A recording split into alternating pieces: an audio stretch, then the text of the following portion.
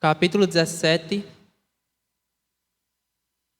Lucas 17, versículo 7 ao 10.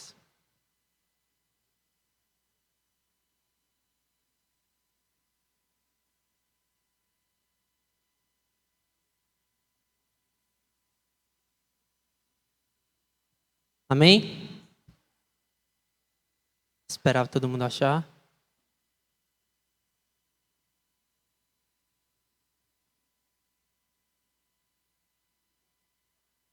Lucas 17, do 7 ao 10.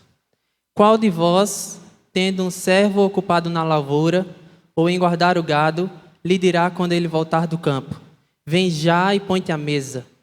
E que antes não lhe diga: prepara-me a ceia, cinge-te e serve-me, enquanto eu como e bebo. Depois comerás tu e beberás. Porventura terá de agradecer ao servo porque este fez o que lhe havia ordenado? Assim também vós, depois de haverdes feito tudo quanto vos foi ordenado, dizei: somos servos inúteis, porque fizemos apenas o que devíamos fazer. Podem sentar. Este contexto em que Jesus Cristo está falando aqui, no capítulo 17, ele fala sobre a condenação, sobre aqueles que fazem as pessoas tropeçarem. Jesus também fala sobre quantas vezes deve se perdoar um irmão. Vemos Jesus também curando 10 leprosos. Jesus fala também sobre a vinda do reino de Deus. E finalmente, o que acabamos de ler, Jesus falando qual é o nosso papel depois que fizermos tudo o que Ele nos ordenou. E o engraçado é que ao nós lermos esses versículos, pode causar uma estranheza no nosso coração, porque vemos aqui termo como servo inútil. Afinal de contas, nós estamos acostumados a ouvir que somos o ponto fraco de Deus. Nós estamos acostumados a ouvir que somos raridade. Nós estamos acostumados a ouvir que nós temos algo importante para Deus em nós mesmos. Nós estamos acostumados a ouvir que Deus precisa de nós. E nós também estamos acostumados a ouvir que somos o centro da criação de Deus. Mas nós não estamos aqui, afinal de contas, para falar dessas pessoas que acreditam nisso e creem nisso. É porque nós não somos melhores em nada do que elas. Por isso, que eu passar desta palavra, peço que você ignore totalmente. Mas o que eu quero dizer é, nós, totalmente especiais, tão incríveis, sermos comparados a servos inúteis. Mas para que o Senhor me salvou? Quando eu não era do Senhor, eu tinha minha empresa, eu era bem sucedido na sociedade, eu era um rapaz conhecido, e aí o Senhor me salva, e o que Ele me diz é que eu sou um servo inútil. Precisamos entender o porquê do Senhor nos chamar disso. E primeiro, precisamos entender quem Deus é. Deus é aquele que é de eternidade a eternidade é Deus. Salmos 90, versículo 2. O mesmo salmo, agora no versículo 4, diz que Deus não está sujeito a tempo. O mesmo salmo, agora no versículo 14, diz que Deus é benigno. O Deus que você crê, lá no Salmo 139, diz que Ele é onisciente. Trata da onisciência de Deus, Salmo 139, versículo 2. Salmo 139, versículo 8, agora trata da onipresença de Deus. Não só isso, Miqueias 7,18 diz que Deus é incomparável. Salmo 145, versículo 17, diz que o Senhor é justo. Marcos 10,18 diz que Deus é bom. 1 João 5 diz que Deus é luz e nele não há treva alguma. Deuteronômio 10,14 diz que Deus é o dono de tudo, de todas as coisas. Isaías 6,3 diz que Deus é santo, santo, santo. Além disso, temos Salmos 68, versículo 20, que diz que Deus é soberano. E finalmente temos Isaías 9,6, onde vemos que Ele é maravilhoso conselheiro, Ele é o Deus forte, Ele é o Pai da eternidade e Ele é o príncipe da paz. Isso é só uma poeirinha do que Deus é, do seu poder, dos seus atributos, de quem o Senhor é. Mas depois de entendermos quem Deus é, precisamos com certeza saber quem somos. E agora eu deixei com o pessoal da mídia uns versículos ali, você pode acompanhar nos telões. E abra comigo também, vocês que estão no meio não tem como ver direito. João 3,16. Abra, por favor. Até você que está assistindo em casa, que não é evangélico, sabe. Mas, por favor, abra João 3,16.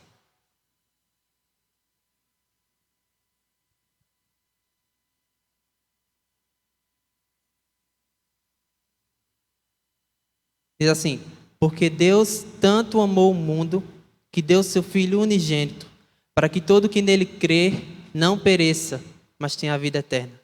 A primeira verdade sobre nós é que somos perecíveis sem Cristo. É o texto que diz: para que todo aquele que nele crê não pereça. Ou seja, sem Cristo, eu e você somos totalmente perecíveis, a não ser que venhamos a crer em Cristo. Mas a segunda verdade sobre nós está lá em Isaías 64, versículo 6. Por favor, abra também. Isaías 64, versículo 6.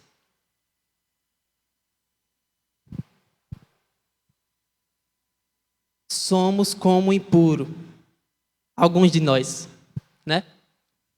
Todos nós somos como impuro. Todos os nossos atos de justiça são como trapo imundo. Murchamos como folhas, e como o vento, as nossas iniquidades nos levam para longe. Eu citei aqui o Salmo 145, versículo 17, que diz que Deus é justo. E agora tem um contraste com nós, dizendo que nós somos totalmente injustos. Temos aqui a humanidade totalmente imunda, com todos os seus atos de justiça comparados a um trapo da imundícia. Mas não é só isso a verdade sobre nós. Primeiro, vemos que somos perecíveis sem Cristo. Segundo ponto, que somos imundos. O terceiro ponto está lá em Salmos 51, versículo 5. Salmos 51, versículo 5.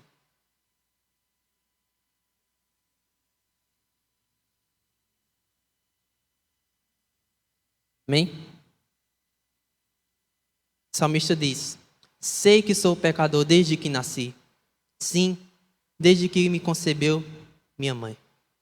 Terceiro ponto é que nós já nascemos pecadores. Você não adquire o pecado quando você atinge determinada idade ou quando tem um certo grau de inteligência. Você já nasce pecador. É o que diz o texto. Sou pecador desde que nasci. Sim, desde que me concebeu minha mãe. E agora o penúltimo, Jeremias 17, 9. Jeremias, capítulo 17, versículo 9.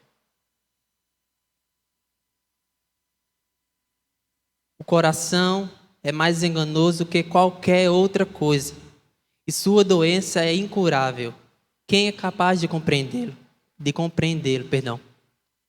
Deus, sendo onisciente, conhece perfeitamente a corrupção e o engano do nosso coração. Agora o último versículo, Romanos 3:10, por favor. Romanos 3:10.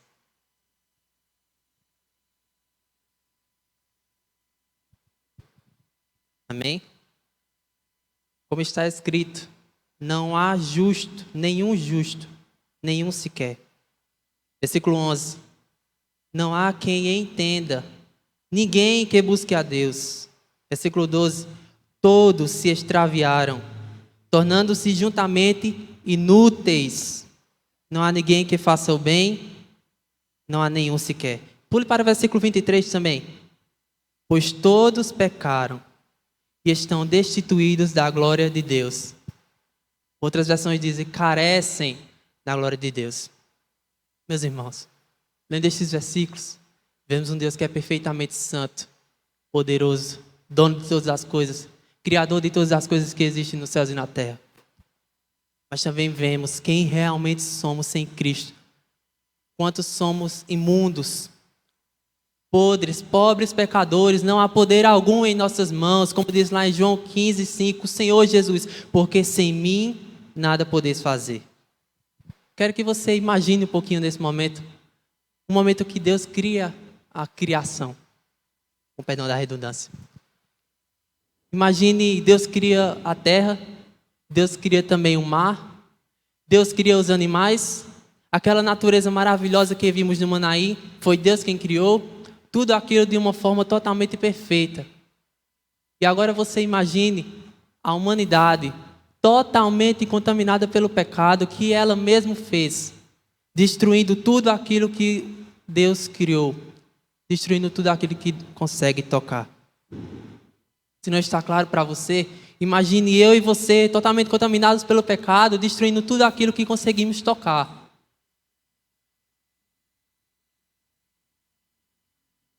Mas Deus não deixa a gente ir para casa assim. A maravilhosa notícia é que Ele, por seu imenso amor, decide nos salvar. Por sua graça, Ele nos salva. Ele envia seu único filho para sofrer uma ira que nós merecíamos. Imagine esse Deus que eu citei, e imagine os motivos que eu citei sobre você. Você merecia uma condenação terrível, eu muito mais. E aí Deus envia essa condenação, o castigo, aliás, sobre Jesus Cristo. Ele sofre a ira de Deus em nosso lugar. Ele envia o seu único filho ao mundo para sofrer uma ira terrível que nós merecíamos. Ele perdoa os nossos pecados. Essa dívida que eu citei aqui, sobre os versículos que você leu, está totalmente paga. Ele nos dá uma nova vida. Acaso é pesado demais ser comparado a um servo inútil? O que o texto está querendo dizer é: o que você pode oferecer para um Deus que é totalmente santo, para um Deus que é dono de todas as coisas, e você, que não é nada, o que você pode oferecer para Ele, para que você seja considerado outra coisa, além de um servo inútil? Tendo ciência disso, volto para o texto, Lucas 17, do 7 ao 10.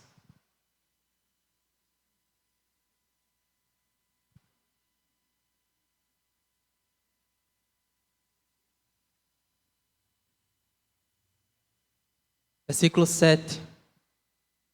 Qual de vós, tendo um servo ocupado na lavoura ou em guardar o gado, lhe dirá quando ele voltar do campo: vem já e põe-te à mesa? A primeira maravilhosa verdade que vemos aqui é a de que Deus deve ser servido. A igreja brasileira acha que Deus deve servi-la. A igreja brasileira determina coisas para Deus. A igreja brasileira até coloca Deus entre a parede. A igreja brasileira cita obras que ela faz como uma para Deus, como se fosse uma obrigação Deus abençoá-la pelo que ela faz. A igreja brasileira está sempre colocando Deus entre a parede. Eu quero dizer para você nessa noite que a igreja brasileira somos nós. Nós sempre determinamos coisas para Deus. Nós sempre estamos colocando Deus entre a parede. Porque eu faço parte do departamento do Projeto Lídia, o Senhor tem que me abençoar. Porque eu faço parte da equipe de mídia, o Senhor tem que me abençoar. Ai de mim se o Senhor não me abençoar, meu Deus, para que eu estou te servindo? Não coloque Deus entre a parede. Nunca faça isso. Deus não está aqui para satisfazer os nossos desejos egoístas, a nossa vontade de ter algo para ser colocado ao lado dele. Nós estamos aqui para servi-lo. É para isso que viemos aqui. A segunda verdade deste texto está no versículo 8. E que antes não lhe diga: prepara-me a ceia, cinge-te e serve-me, enquanto eu como e bebo. Depois comerás tu e beberás. A segunda verdade é a que Deus deve ser priorizado. Você imagina esse servo, outras traduções dizem que ele é até um escravo, passando o dia no campo, e chegar na casa do seu senhor, o que ele vai fazer é ser servido. É isso? Não. O que ele vai fazer é servir ao Senhor. Deus deve ser priorizado. E que antes não lhe diga: prepara-me a ceia, cinge-te e serve-me enquanto eu como e bebo. Depois comerás tu e beberás. Deus deve ser priorizado. Deus é a prioridade na nossa vida. Tudo o que devemos fazer é priorizar ao Senhor e somente depois pensar em nós. Vou ter algumas páginas aí da sua Bíblia, Lucas 9, 23. Lucas 9, 23.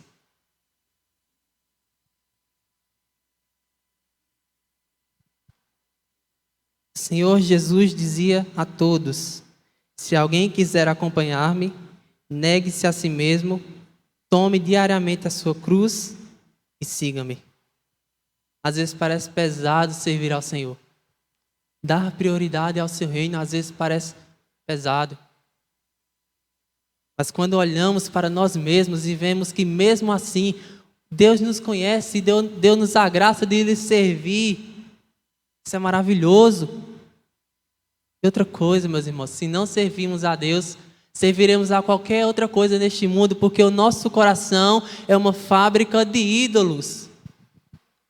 Mas a diferença é que servimos ao Senhor porque já temos tudo. E se servimos ao mundo, buscaremos ter tudo. E no final, terminamos com nada. Versículo 9. Porventura, terás de agradecer ao servo porque este fez o que lhe havia ordenado? A terceira verdade que devemos aprender é a de que jamais devemos esperar agradecimento nenhum de Deus. Muitas vezes nós, e eu estou falando em primeira pessoa, nos empenhamos tanto para Deus e queremos receber elogios. Quem disse que é bom fazer algo sem ser notado, né? Então, a terceira verdade, jamais devemos esperar agradecimento nenhum de Deus. Nós servimos ao Senhor porque Ele já nos deu tudo. Essas mãos que antigamente pecavam, hoje tocam para o Senhor. Esses pés que antigamente andavam para o pecado, hoje caminham para o Senhor. Essa boca que antigamente falava em pecado, hoje glorifica ao Senhor. Esses ouvidos que antigamente ouviam o pecado, hoje ouvem a voz do Senhor. Quem disse que o Senhor tem que nos agradecer por algo? Servimos a Ele porque já temos tudo. E a quarta verdade, versículo 10. Assim também vós, depois de haverdes feito tudo quanto vos foi ordenado, dizei: somos servos inúteis, porque fizemos apenas o que devíamos fazer. Como eu postei um trechinho no Instagram, esse versículo 10 quebra a gente. Porque imagine uma vida toda de serviço ao Senhor. Imagine todos os cultos você estar aqui na casa dele, você participar de ações sociais, você ir evangelizar em todos os lugares possíveis que você possa ir. Imagine você participar do louvor, imagine você participar da equipe de mídia, imagine você ser até um oficial, servindo ao Senhor como nunca alguém serviu na sua vida. O que você vai ser é um servo inútil. Depois de fizermos tudo, devemos dizer: somos servos inúteis, não fizemos mais do que a nossa obrigação. Mas eu quero dizer para você que o nosso grande problema é que nós não fazemos tudo o que o Senhor nos ordena. O Senhor disse que devemos dizer sim para algumas coisas e nós dizemos não. O Senhor disse também que nós devemos dizer não para algumas coisas e nós dizemos sim. O Senhor disse que devemos servir a Ele com alegria e nós o servimos de qualquer jeito. O Senhor disse que devemos levar o Evangelho a toda criatura e nós estamos confortáveis demais em nossas cadeiras, em nossos bancos. O Senhor disse que devemos servi-lo na igreja e nós estamos sentados aqui somente assistindo. Quem disse que Mateus Cavalcante faz tudo?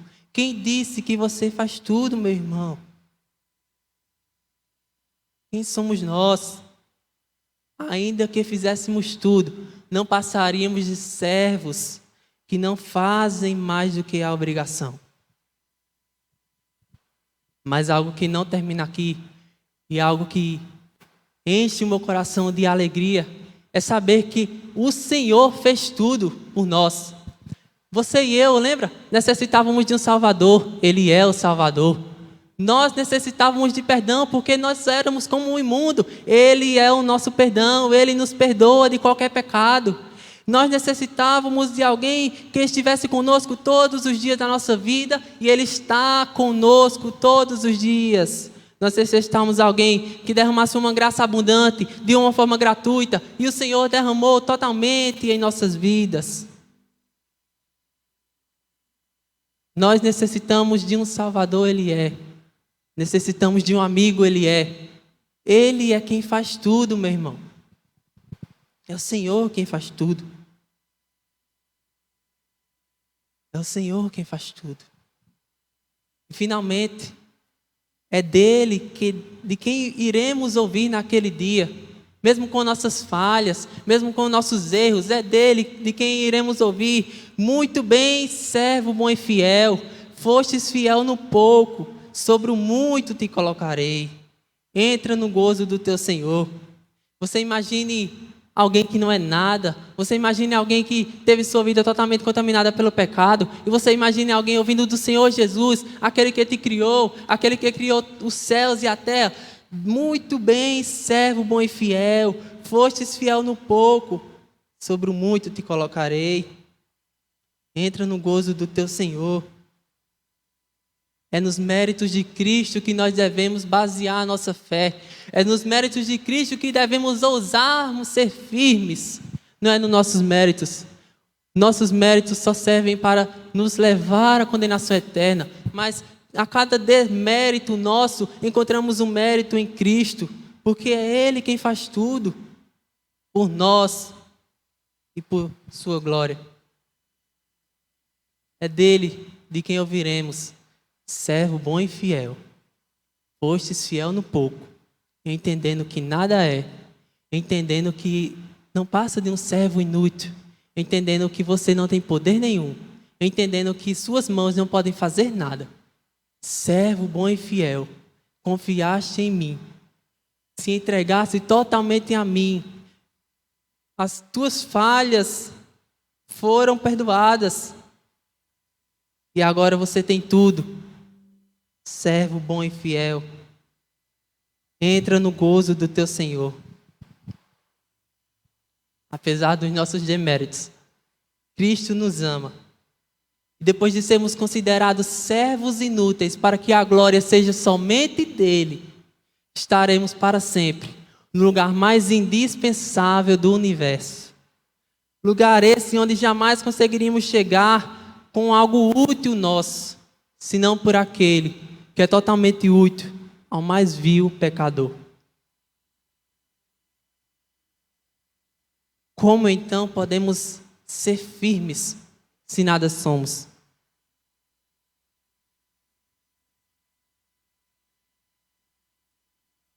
Como então podemos ser firmes, segurar em algo se não temos poder algum em nossas mãos, se não somos nada? A resposta é: confiando totalmente, inteiramente no Senhor. O Senhor está aqui, maior que o templo. Você não é maior nem que esse banco. Eu sou maior nem que esse púlpito direito. Mas há alguém que está aqui, que é maior que o templo, que perdoou os seus pecados, que deu a você uma nova vida, que derramou a sua graça abundante sobre a sua vida. E há alguém aqui que um dia voltará para buscar você, que sem mérito nenhum, assim como eu, chegará no céu, que sem mérito nenhum tem o Espírito Santo, que sem mérito nenhum é feliz, que sem mérito nenhum descobriu, recebeu a vida. Há alguém que não se importa se você é algo, pois Ele é tudo. Alguém que não precisa de você, mas Ele quer você, Ele quer amar você, Ele te ama. Há alguém aqui que é maior que o templo. Fiquem de pé, meus irmãos, por favor.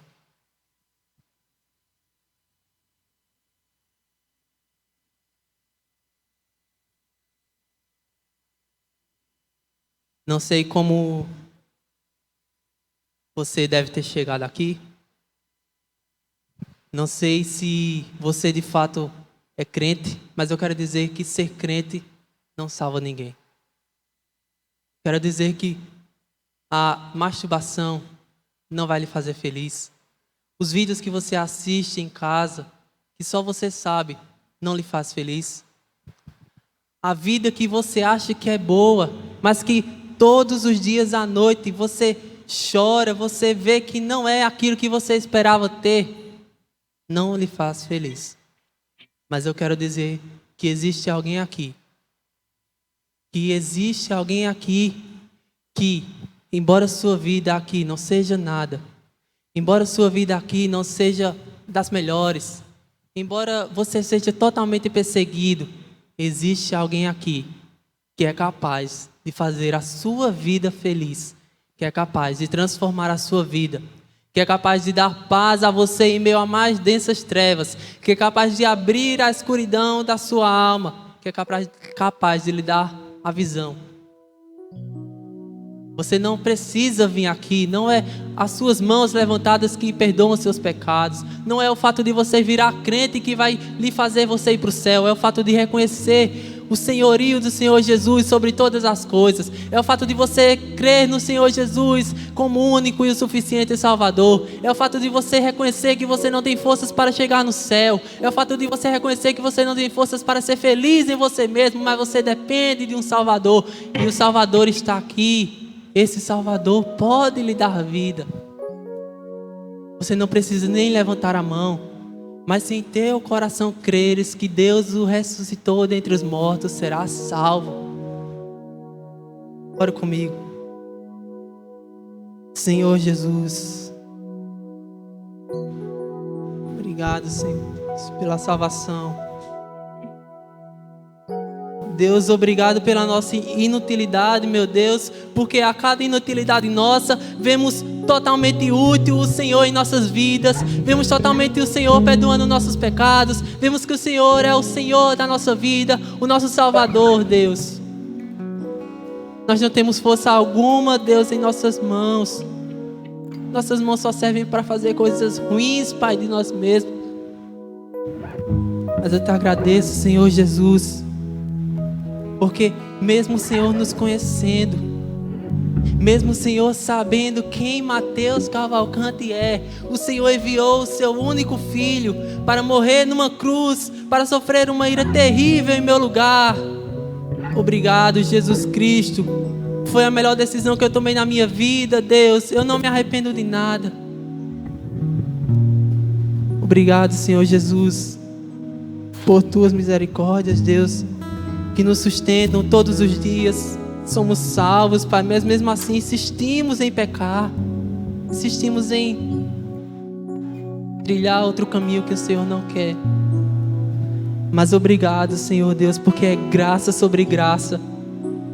Onde o pecado abunda, Senhor, a tua graça superabunda. Obrigado, Jesus. Obrigado, Senhor Deus, por este dia. Obrigado pelo retiro, Senhor Deus, e por tantas bênçãos que o Senhor fez lá. Obrigado pelos louvores, Senhor Deus, que foram entoados ao Teu nome. Por cada irmão que louvou ao Teu nome, por cada alma que se converteu ao Senhor lá. Obrigado, Senhor Jesus, pelos momentos de comunhão com o Senhor. Obrigado, Senhor Jesus, pela ida e volta em paz. Por toda a equipe que preparou, Senhor Deus, o Manaí para que estivesse pronto. Senhor Deus, a glória é para o Senhor. Obrigado, Senhor Deus, por todos que estão aqui. Obrigado, Senhor Jesus, por todos que estão assistindo de uma forma online, Deus. Obrigado, Deus, porque mesmo se a nossa vida não for das melhores aqui, o que importa, Senhor Deus, é que um dia estaremos no céu. Lá não haverá dor, lá não haverá fome, lá não haverá ansiedade, lá não haverá depressão, lá não haverá nada de pecado, Senhor Jesus. Somente louvor ao Teu nome. Obrigado, Senhor Jesus, por Tua graça, que é o motivo de tudo isso ter acontecido. Obrigado, Senhor Deus, porque o Senhor olha para nós e com o Senhor Jesus, o Senhor nos considera justos, ó Deus. Nos ensina que devemos Te louvar, Senhor Deus, sem temer o pecado, sem temer nada. Porque estamos em Tuas fortes mãos, as mesmas mãos que criaram os céus, as mesmas mãos que criaram tudo o que existe, são elas que nos sustentam, nos levará até o dia final, Senhor Deus. Glorifica o Teu nome, Senhor Deus. Louva, Senhor, por tudo que aconteceu. Seja exaltado em nosso meio, Pai, porque somente o Senhor deve ser. Em nome de Jesus, para a glória dele. Amém.